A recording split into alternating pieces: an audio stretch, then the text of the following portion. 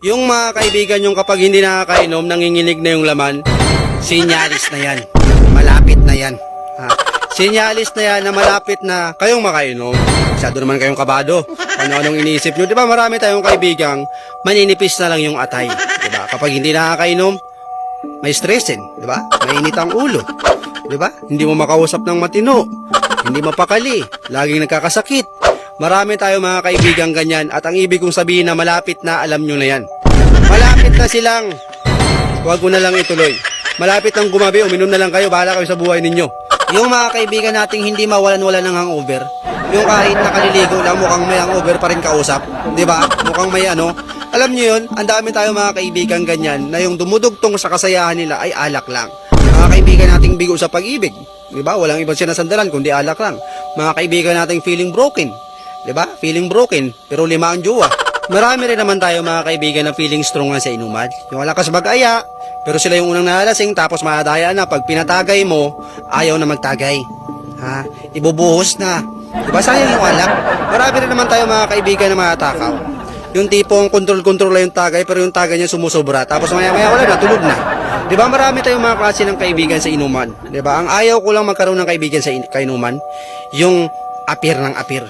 Alam mo kung bakit? Nakakapagod. Diba? Siging apir. Tapos yung mga bulong ng bulong. Tapos yung pulutan nyo, inihaw na isda. Naku Diyos ko, kutang-kuta ka dyan sa amoy niyan. Diba? Yan yung mga ayaw ko kainuman, yung bulong ng bulong, apir ng apir. Okay na yung mag-ihi, diretso uwi. Huwag nang bumalik para hindi na masyadong magulo sa inuman. Kay kung lasing na, hindi talaga magkaintindihan. Promise yan. Marami tayo mga kainuman na pag lasing na, mahilig pa mag-English-English. Kung kailan pa nalasing na doon pa mag-English, di na nga maintindihan kapag hindi nakainom ang English. Pag lasing na doon pa mag-English-English, about dodong. Kapag pahimo yung dodong, tulog ka na lang, wag ka na mag-English. Bukas ka na mag-English, punta ka doon sa sa Port Barton. Maraming mga foreigner doon. Kausapin mo yun. Tingnan natin kung sinong magaling sa inyo mag-English. Kapag yung mga kaibigan yung nanginginig na kapag hindi nakakainom, kuta na kayo dyan. Alam nyo, ihanda nyo na yung mga atay ninyo. Alam nyo kung bakit? Gabi-gabihin kayo yan. Hindi lang gabi, araw-arawin pa kayo yan. Matampuhin pa naman yung mga yan. Alam nyo kung bakit? Yung mga kaibigan kong ganyan, pag hindi ako nakakainom sa kanila, tatampo. Ha?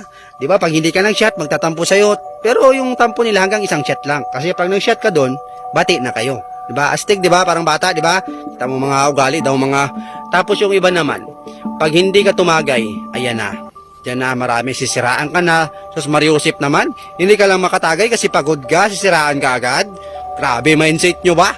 Di ba? Marami tayo mga kaibigan. At yung iba naman, kapag hiningan ka nila, gusto nila magpalibre sa'yo ng alak. Pag hindi ka nagbigay, nako Diyos ko, yari ka. Barat ka. Barat ka, nakakalimot ka na, yumabang ka na. Alam mo nyo, nagsasawa na ako sa mga ganyang kainuman. At yung mga kainuman ko naman, believe pa rin ako sa mga kainuman ko kahit papaano. Sila yung nagyaya sa akin mag-inom. Tapos wala pala mga pira. Sos, Diyos ko. Kawawa ang bulsa ni Mr. Focus. Ayun nila mga kapokos. Ako nga pala si Mr. Focus. Ang inyong Mr. Focus, lingkod na taga Real Talk sa inyo. Sa mga kabulastugan ninyo. And shout out sa inyong lahat. At sana, supportahan nyo pa yung mga vlog natin. Siyempre, yung mga manginginom natin, mga kapokos dyan. Mga ka-mindset natin dyan. Siyempre, yung mga request ninyo, gagawan at gagawan natin dyan. Yung iba kasi masyadong hard. Sumutan nyo lang rin konti mag-request. Siyempre dito yung paborito kong studio sa Gubat.